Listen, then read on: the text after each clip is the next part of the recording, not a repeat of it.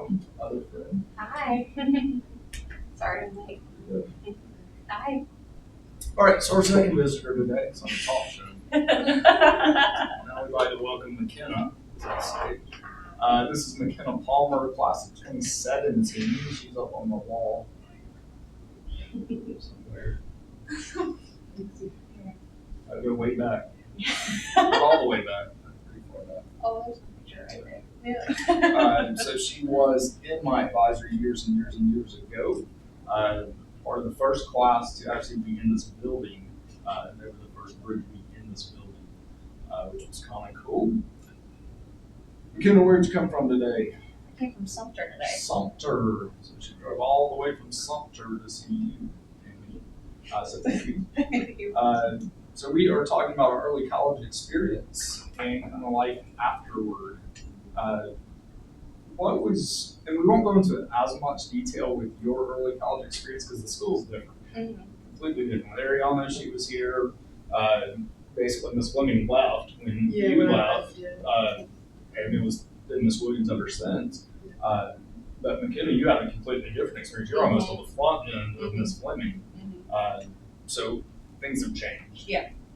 All right. So when did you graduate? I graduated in 2017. Earned my bachelor's degree from Francis Marion University in 2021. Okay. And what was your experience like at Francis Marion? The first year was a little bit harder than I expected, mainly because I stayed on campus my first year. And I had a lot of anxiety just because I was an hour away from home.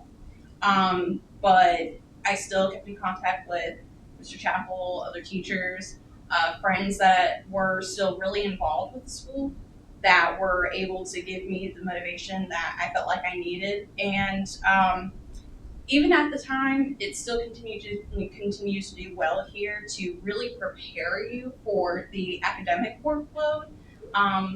When you get your associate's degree, that's basically getting your prerequisites done. So when I entered, I was a junior instead of a freshman. So once I finally got the handle of the schedule at Francis Marion, it became easier because I was just going straight into my major.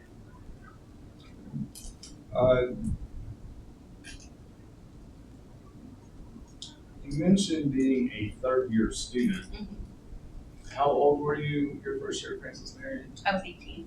All right, so you are way younger than Airyanna. You have the same experience. You're way younger than everyone there. So how do you kind of handle that in terms of the social component of college? Either or. Okay. The social part, I probably didn't start talking for probably like a semester, to be honest, because I didn't really know if I could relate to the other people.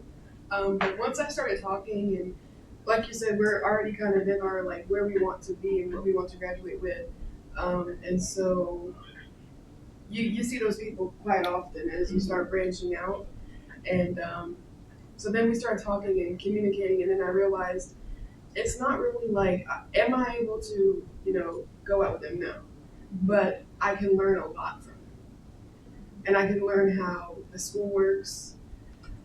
What places to go to study, what to avoid if you want to study, and just it was kind of like having, I guess, like some guides, and they didn't even really care about my age because it was all about the academics, really. So I was nervous for nothing. I would say pretty much the same way. My roommate in college actually was my best friend in high school, Harley. So having her around made it a little bit easier as far as the social life. But it did take me a little bit longer for me to get adjusted because I was staying in a dorm. After the first semester, it got a little bit easier because since I was staying on campus, everything pretty much became accessible to me. All of the professors on campus also had an open door policy, so with me being in education at the time, that was also really easy. So if I had any questions, I could go up to my professors So Francis Marion, I think, did a really good job with making sure that I was socially involved.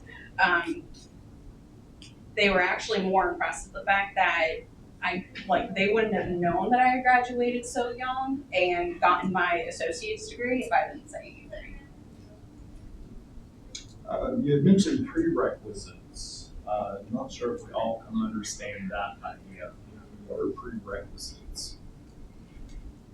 Okay. I'll let you take the wheel. Okay. So those are the classes, like, kind of, I guess I would like to say, like, the basics, like, your basic English and science and all the stuff that I really wasn't, like, super happy about.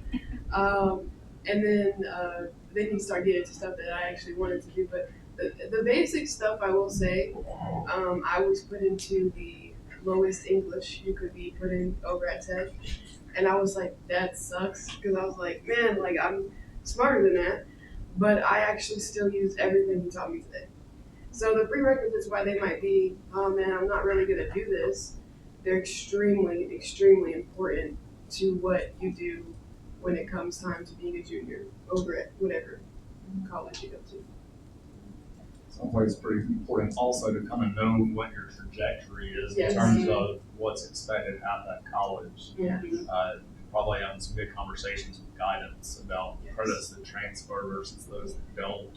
Yes. You want to talk about that part Of the guidance? of the transfer? Of the transfer? Yes, I'd love to.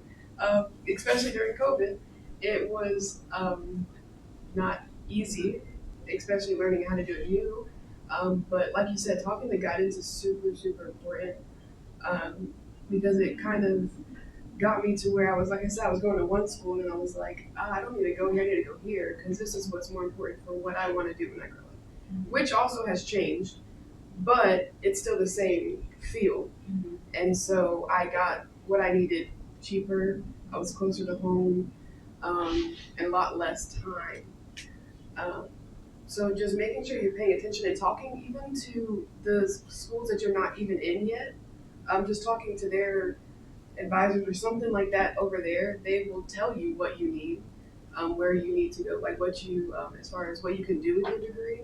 Like I said in the beginning, like communication is super important when it comes to college because you're gonna need to use it a lot, or else you're gonna be in a situation where you're like, I did all this work and I don't even really want to be here, and then you're gonna have to start in the career that you didn't really necessarily want in the first place because a lot of the times just looking up on Google or TikTok or something, how do you get this to be this? It's normally not correct. Take that from experience. So yeah, just communication with these schools. Like that's what they're there for. Those people that you call, that's their job, and that's what they're there for. And they want to help you. So take that help. Yeah, it's definitely really important because for me, right now I'm getting my master's degree in social work. So, and Mr. Chappell can tell you too, that was not at all the plan that I had for myself in the beginning. I was wanting to go through speech pathology. And at the time, I was actually on what I thought was the right track. But at the time, Francis Marion was just picking up the speech pathology program. So everything was still fairly new with what all I needed to get into the program. So therefore, nobody was really quite sure of what all I needed in order for me to get into the program, especially since I was going in originally as a education major.